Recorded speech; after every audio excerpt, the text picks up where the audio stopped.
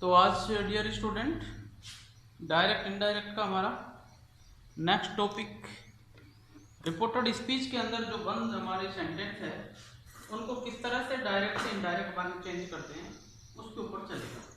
पहला सेंटेंस हमारा है असर्टिव सेंटेंस, क्योंकि रिपोर्टेड स्पीच के जो सेंटेंस है इस रिपोर्टेड स्पीच के अंदर 5 टाइप ऑफ दी सेंटेंस होते हैं। 5 टाइप ऑफ दी सेंटेंस, ठीक है। इसमें पहला सेंटेंस हमारा असर्टिव सेंटेंस, और असर्टिव सेंटेंस के बारे में हमने नेक्स्ट वीडियो में हमने कर लिया था। लास्ट वीडियो के अंदर रिपोर्टिंग वर्ब कैसे चेंज होती है और उसके ऊपर हमने क्लियर किया था। तो एक बार और मैं आपको रिफरेंस कर देता हूँ कि जो हमारा असर्टिव सेंटेंस है इस असर्टिव सेंटेंस के अंदर वही पूरे पांचों के पांचों रूल हैं वो लागू होते हैं, है ना। पहला रिपोर्टिंग वर्ब है, कनेक्टिव्स है, प्रोनाउन चेंजेज है एंड टेंस चेंजेज है, एक कॉमन चेंजेज। तो यहाँ पर पहला हमारा जो रूल है, rule first R B change,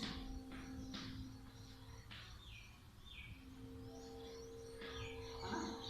are B change like as, कैसे डायरेक्ट का सेंटेंस है, डायरेक्ट से इनडायरेक्ट चेंज होगा। तो डायरेक्ट के सेंटेंस के अंदर मान लिया जाए हमारी आरबी से है तो इसमें कोई चेंज नहीं होगा, हाँ, नो चेंज, कोई चेंज नहीं होगा। अगर से टू है तो ये चेंज हो जाएगी टेल में, ठीक है। इसी तरह से सैड है, इसमें भी कोई चेंज नहीं होगा। लेकिन इसी तरह से अगर सैड टू है तो ये टोल्ड में। अब ये क्यों, ये प्रेजेंट टेंस है दोनों, तो यहां पर भी प्रेजेंट टेंस में चेंज होगी, आरबी टेल हो जाएगी। ये सैड पास्ट टेंस में तो यहाँ पे टोल्ड हो जाएगी। अब जो मैंने जो रिपोर्टिंग वर्ब में जो चेंजेस थे वो दो हैं, एक तो खुद आरबी में चेंज, दूसरा कनेक्टिव का यूज। ये दोनों चेंजेस किसके ऊपर डिपेंड होते हैं, आरएस के ऊपर।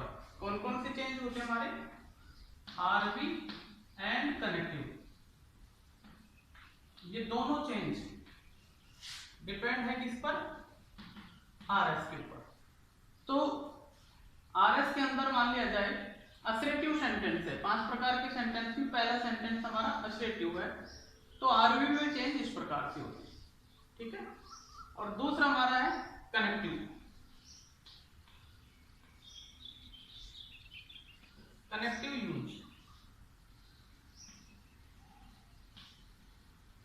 ठीक है। ये भी टेंस के हिसाब से, मतलब सेंटेंस कौन सा बंद है इसके अंदर, इन्वर्टेड कॉमा में जो सेंटेंस क्लोज होता है उसके हिसाब से दोनों रूल चेंज होते हैं। तो कनेक्टिव हमारा यहाँ पर यूज होगा दैट का प्रयोग,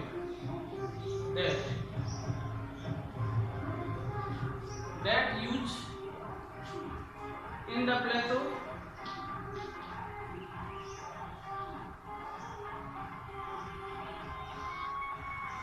of commas,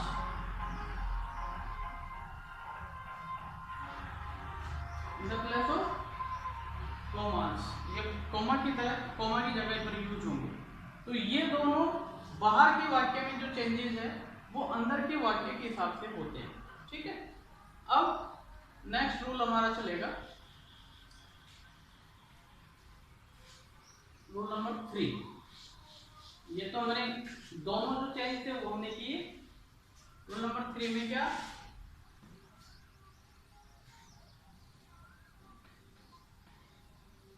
pronoun.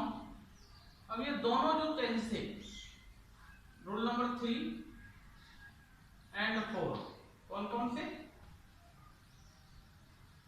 Pronoun and tense, ये दोनों किस पे होंगे, ये आरबी के आधार पर होंगे, ठीक है। किस तरह से, जैसे नंबर 3 में प्रोनाउन चेंज,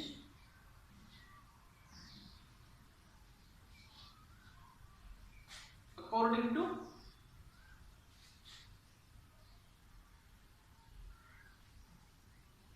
अकॉर्डिंग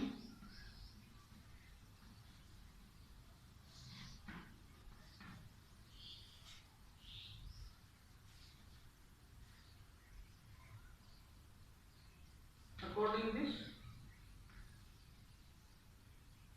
मेथड। कौन सा? इसके ऊपर हमने अलग से कर लिया था सन/13। सन क्या चीज है? ये रिपोर्टिंग वर्ब के सब्जेक्ट ऑब्जेक्ट नो चेंज। ठीक है, ये 1 2 3 RS के first person, second person and third person. ठीक है, तो इसमें क्या होगा? यदि रिपोर्टेड स्पीच में फर्स्ट पर्सन प्रोनाउन है, इनडायरेक्ट बनाते समय रिपोर्टिंग वर्ब के सब्जेक्ट के अनुसार चेंज करते हैं। ठीक है, यदि रिपोर्टेड स्पीच के अंदर सेकंड पर्सन है, इनडायरेक्ट बनेगा तो रिपोर्टिंग वर्ब के ऑब्जेक्ट के हिसाब से चेंज होगा। ठीक है, अब इनको एग्जांपल से करेंगे। यदि रिपोर्टेड स्पीच में थर्ड पर्सन है, इनडायरेक्ट बनाते समय उसमें किसी भी तरह का कोई परिवर्तन नहीं होगा। एग्जांपल देखते हैं, टेंस वाला भी करेंगे हम। ठीक, जैसे एग्जांपल में कर लिया था, एग्जांपल हमने नंबर 4 था, जो भी आरबी के हिसाब से होता है। ठीक है, नंबर 4 में क्या था? टेंस।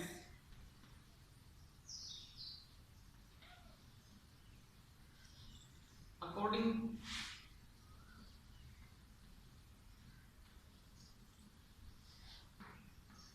द रूल, जो हमने कर लिया था।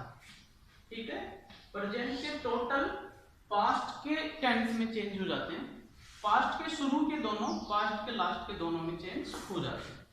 तो हम एक्सरसाइज के द्वारा, एग्जांपल के द्वारा इनको क्लियर करते हैं।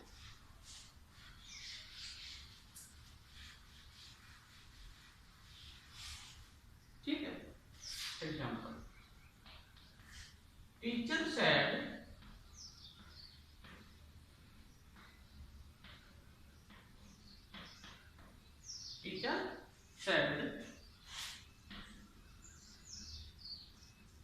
Mohan learns English. Inverted comma close. Your teacher said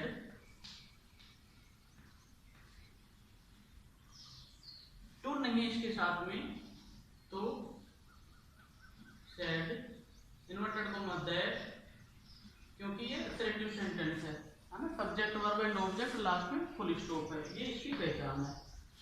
Mohan third person है, नो चेंज। प्रेजेंट इंडेफिनिट है, चेंज होगा कि नहीं होगा बाहर के टेंस देखेंगे हम।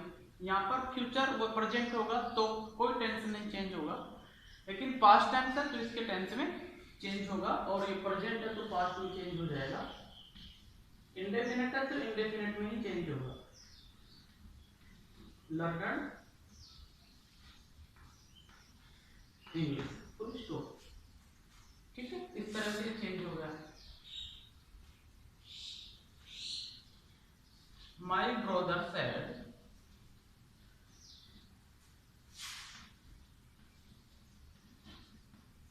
said to me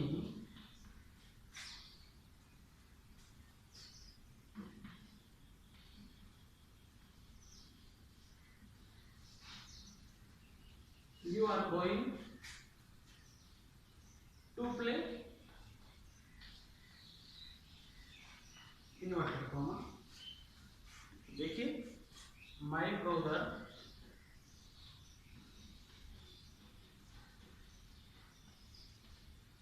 टू है तो told me, connect to that, second person इसके हिसाब से, ये ऑब्जेक्ट है तो इसका सब्जेक्ट होगा आई, प्रेजेंट कंटिन्यूअस है इधर पास्ट है तो चेंज हो जाएगा पास्ट कंटिन्यूस में, I was going to play. ठीक है, तो टेंस और प्रोनाउन चेंज दोनों हमारे इससे हो रहे हैं। एक एग्जाम्पल और देख लेते हैं। He said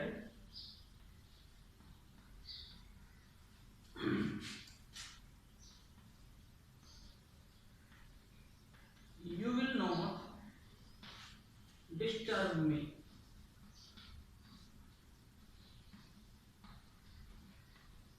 ठीक है, तो ही यहां पर नहीं है तो said कनेक्ट टू दैट। यहां पर सेकंड ऑब्जेक्ट के हिसाब से, ऑब्जेक्ट नहीं है तो हम फर्स्ट पर्सन के हिसाब से चेंज कर देते हैं। आई विल का would not disturb, first person subject के हिसाब से हिम। ये ऑब्जेक्ट है ना, तो बाहर जो फर्स्ट पर्सन है वो बाहर के सब्जेक्ट के हिसाब से, तो इसका भी ऑब्जेक्ट ही होगा। ये सब्जेक्ट है तो बाहर से क्रिया करके सब्जेक्ट ही लेता है ना। यहाँ ऑब्जेक्ट है तो ऑब्जेक्ट का सब्जेक्ट ही बनेगा। जो जिस पोजीशन पे है, अगर वो सब्जेक्टिव है तो बाहर से भी सब्जेक्ट लेगा, अगर वो ऑब्जेक्ट है तो बाहर से भी ऑब्जेक्ट लेगा अकॉर्डिंग टू द रूल। तो ये हमारे असर्टिव सेंटेंस के कुछ एग्जांपल्स हैं। अब दूसरा सेंटेंस हमारा चलता है इंट्रोगेटिव सेंटेंस ना। 5 प्रकार के सेंटेंस, तो उसमें से पहला हमारा असर्टिव था, सेकंड होगा इंट्रोगेटिव सेंटेंस। उसकी आर भी चेंज हो जाएगी, वो सेंटेंस के हिसाब से सब चेंज होते हैं। सेकंड हमारा आया interrogative sentence.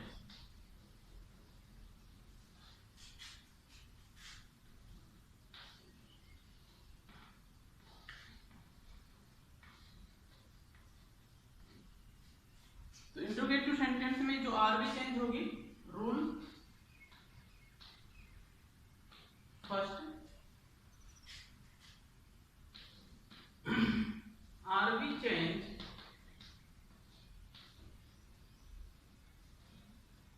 according to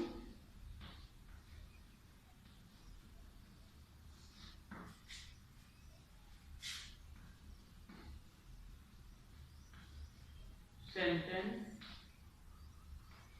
as like, है ना। सेंटेंस के हिसाब से चेंज होती है। इंट्रोगेटिव में भावार्थ लिए होते हैं, ऑर्डर है तो ऑर्डर्ड में, अगर उसके अंदर एडवाइज है तो एडवाइज्ड में, रिक्वेस्ट है तो रिक्वेस्टेड में।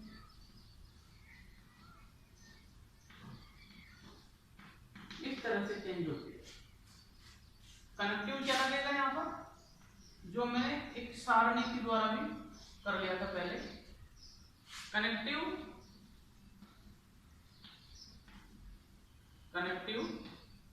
To use in the place of comma, at the place of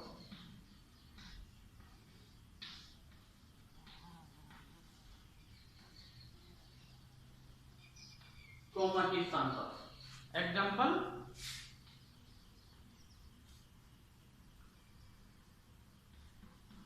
he said, to हो या नहीं हो कोई दिक्कत नहीं है। he said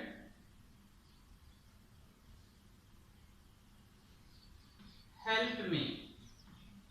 ठीक है, तो ही ऑर्डर तो देगा नहीं, यहाँ पर एडवाइस या रिक्वेस्टेड भी होगा, है ना।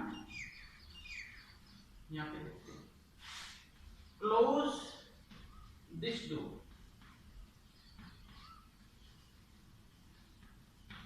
तो ऑर्डर है ये, टू से जोड़ा क्लोज आ जाएगा, दिस का दैट हो जाएगा। ये कॉमन चेंज है, डू फुल स्टॉप। नेक्स्ट देखते हैं, she said please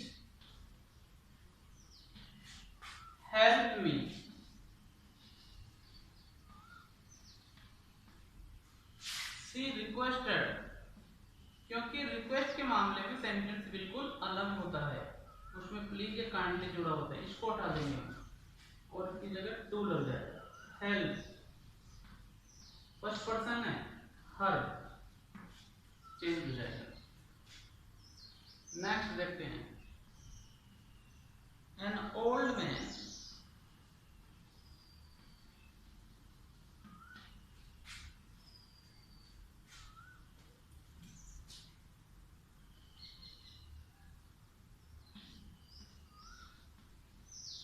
help the poor. ठीक है, तो ये हमें सलाह दे रहा, आदेश नहीं दे रहा। An old man advised to help the poor. ठीक है, फुल स्टॉप। यहाँ पर हमने सेड नहीं किया तो सेड आ जाएगा। तो इस तरह से, और सॉरी हमारा जो इंट्रोगेटिव सेंटेंस था, ये सॉरी इंपेरेटिव सेंटेंस है, इंपेरेटिव सेंटेंस, वो इंट्रोगेटिव नहीं था। इंपेरेटिव सेंटेंस जो वर्ब के फर्स्ट फॉर्म से शुरू होता है। R V change according to sentence as like ordered, advised, requested में कनेक्टिव टू का यूज होता है। तो ये हमारे इंपेरेटिव सेंटेंस के एग्जांपल्स हैं। ठीक है, तो ये इंपेरेटिव सेंटेंस था। अब इसमें आगे जो चलते हैं, इंपेरेटिव सेंटेंस के अंदर कई चीजें देखने को मिलती है। ये तो हमारे एज ए अफर्मेटिव सेंटेंस है, इसका नेगेटिव कैसे चेंज होता है वो देखते हैं, है ना। ये तो हुआ।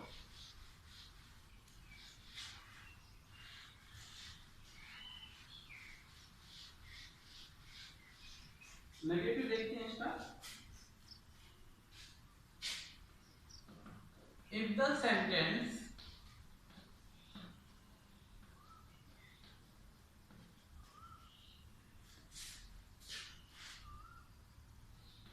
is in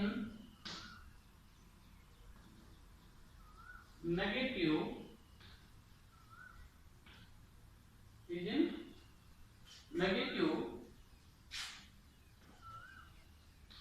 the RV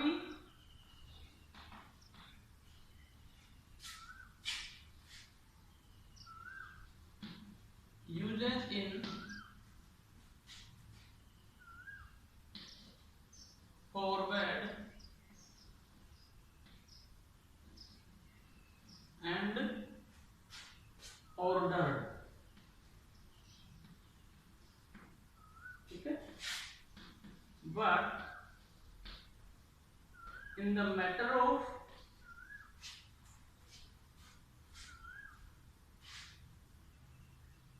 ordered, in the matter of ordered,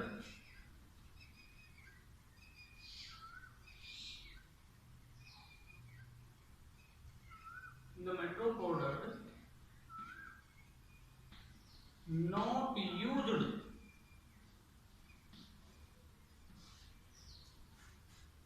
not will use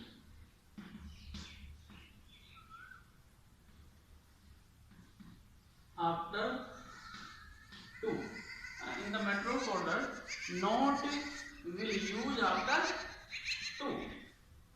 Example,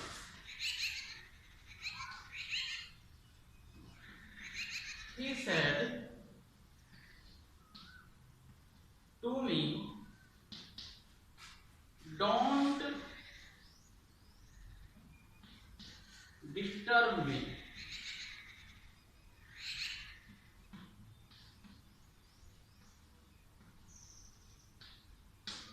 Yes, he अभी ऑर्डर्ड है तो यहाँ पर ही ऑर्डर्ड, नेगेटिव है तो नेगेटिव में दोनों ही करते हैं अपन। Ordered me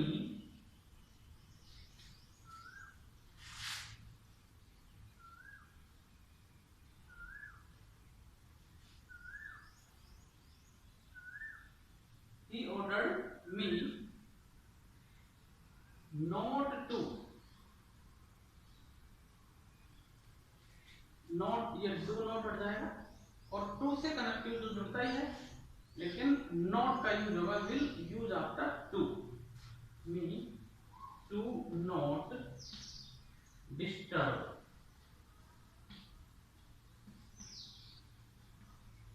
first person according to subject, ordered me not, he ordered me to not disturb him. तो इस तरह से ये हो जाएगा।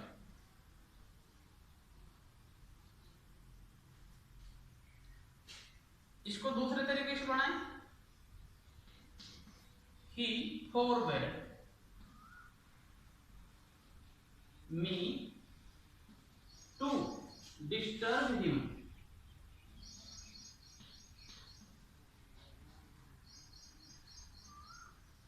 क्योंकि फॉरवर्ड अपने आप में नेगेटिव है तो नॉट इसके अंदर यूज नहीं लगेगा with the favour of forward में। अगर ऑर्डर्ड में हम ऑर्डर्ड यूज करते हैं आरबी की जगह नॉट वाले वाक्य में, तो वहां पर नॉट का यूज होगा आफ्टर द टू। ठीक है, इस तरह से हमारा ये इंपेरेटिव सेंटेंस। अब इंपेरेटिव सेंटेंस के अंदर ये हो गया हमारे। नेक्स्ट सेंटेंस जो चलता है हमारा वो है इंट्रोगेटिव सेंटेंस। इंट्रोगेटिव सेंटेंस है।